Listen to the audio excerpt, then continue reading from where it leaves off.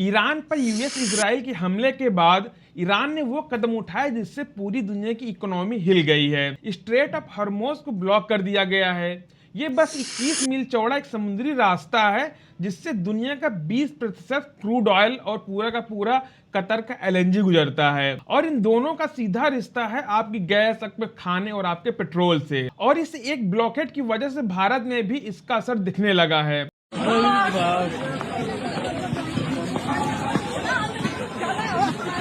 हम चाहकर भी न्यूट्रल नहीं रह पा रहे हैं। यूएस ने हमें एक 30 दिन का वेवर दिया है, मतलब कि परमिशन दिया है कि हम लोग रसिया से तेल खरीदना कंटिन्यू कर सके। और इसके बाद से एक नया बवाल मचा हुआ है कि क्या हमारी सोवरेन पावर इसी की मोहताज है।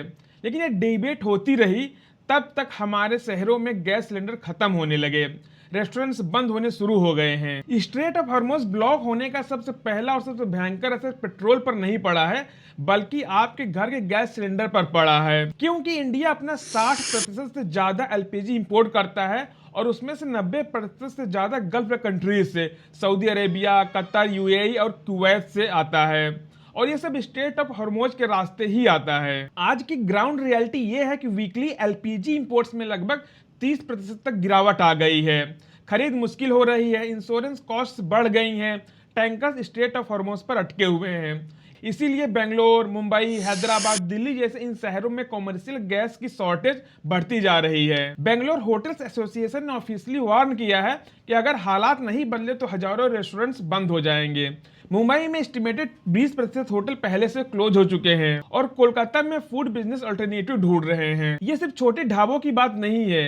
अगर बात करें इन्फोसिस की, तो इंडिया की $1 बिलियन आईटी कंपनी, उन्होंने अपने ऑफिस में लाइव कैफेटेरिया को भी बंद कर दिया है, जैसे कि ऑमलेट, इडली, डोसा। एम्प्लॉइज को सिर्फ और सिर्फ प्री कुक्ड मील ही दिया जा रहा है, कारण गैस का न मिल पाना है। जब एक ग्लोबल टेक जायंट अपनी कंपनी में किचन बंद करने के लिए मजबूर है, तो आम आदमी और छोटे रेस्टोरेंट ऑनर का क्या ही होगा। ये सिर्फ एक क्राइसिस की शुरुआत जैसा ही लग रहा है। अब अगर ऐसा ही चलता रहा तो गैस के बाद सीधा असर आपके पेट्रोल और डीजल पर पड़ेगा। मार्केट में एक बात काफी ज्यादा फैल रही है कि इंडिया के पास तेल खत्म होने वाला है। तो सच क्या है इसमें? और 74 दिन का वो फार्मूला कहां से आया जिसमें सब जगह सुनाई दे रहा है कि भारत के पास 74 दिन का ही तेल बचा हुआ है? हाल ही में राज्यसभा में minister of state of petroleum Suresh Gopi ji ने सरकारी आंकड़े दिए हैं। बेंगलुरु, विशाखापट्टनम और पाडुर में भी, जहां पे 5.33 million metric ton crude oil का स्ट्रेटेजिक रिजर्व है। ये लगभग 9.5 दिन के लिए काफी है।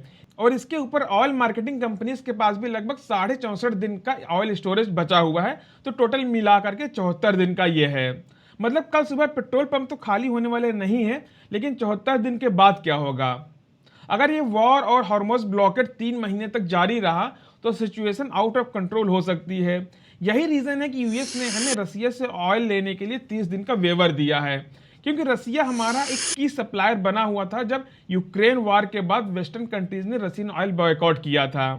अब हम दोनों तरफ से डिपेंडेंट हैं और ये डिपेंडेंसी हमारी इकोनॉमी की सबसे बड़ी कमजोरी है। अब जरा सोचिए इसका चेन रिएक्शन क्या हो सकता है। अगर डीजल और पेट्रोल महंगा होगा तो ट्रक चलाना महंगा होगा, ट्रक महंगा होगा तो सब्जियां, अनाज, हर चीज की ट्रांसपोर्ट कॉस्ट बढ़ जाएगी और वो कॉस्ट आएगी सीधा आपकी थाली में। दूसरी तरफ प्रयागराज से पुणे तक लोग पेट्रोल छोड़ के इलेक्ट्रिक व्हीकल की तरफ भागेंगे, क्योंकि फ्यूल कॉस्ट निकालनी अब मुश्किल हो जाएगी। ईवी ट्रांजिशन जरूरी और अच्छी चीज है, लेकिन इस ट्रांजिशन के बीच में जो महंगाई का दौर आएगा वो आम आदमी की कमर तोड़ देगा। ये सच है जो कोई स्ट्रेट फॉरवर्ड बोलते नहीं। गैस खत्म हो रही है, पेट्रोल महंगा हो रहा है, लेकिन इस वॉर का तीसरा और सबसे कम डिस्कस होने वाला खतरा कुछ और ही है। कुछ ऐसा जिसके बारे में कहीं पर भी बात नहीं हो रही है, ना ही न्यूज चैनल पे, ना ही किसी यूट्यूब चैनल पर। हम बात कर रहे हैं हमारे किसानों की और उन खादों की, फर्टिलाइजर्स की, जिनका रास्ता सीधा हमारे आटे और दाल से है। इंडिया दुनिया का सबसे बड़ा यूरिया इंपोर्टर है और ये फैक्ट सुनकर आप चौंक जाएंगे कि इंडिया के यूरिया इंपोर्ट्स में 46% अकेला ओमान से आता है। डीएपी में ओमान, कतर, यूएई और सऊदी अरेबिया मिलकर 73% से ज्यादा सप्लाई करते हैं और एमओपी इसका 42% अकेला सऊदी अरेबिया देता है। इन सब का एक ही रूट है, स्ट्रेट ऑफ हॉर्मुज़। अब इसका सीधा मतलब यह है कि अगर हॉर्मुज़ ब्लॉकेट 2-3 महीने तक और चला तो खाद इंडिया में पहुंचेगी या नहीं, या फिर प्राइस डबल कर दी जाएगी। किसान महंगा खाद खरीद नहीं पाएंगे, गवर्नमेंट को हजारों करोड़ की एक्स्ट्रा सब्सिडी देनी पड़ जाएगी, फसल का उत्पादन गिरने लगा तो फूड इन्फ्लेशन भी तेजी से आगे बढ़ेगा।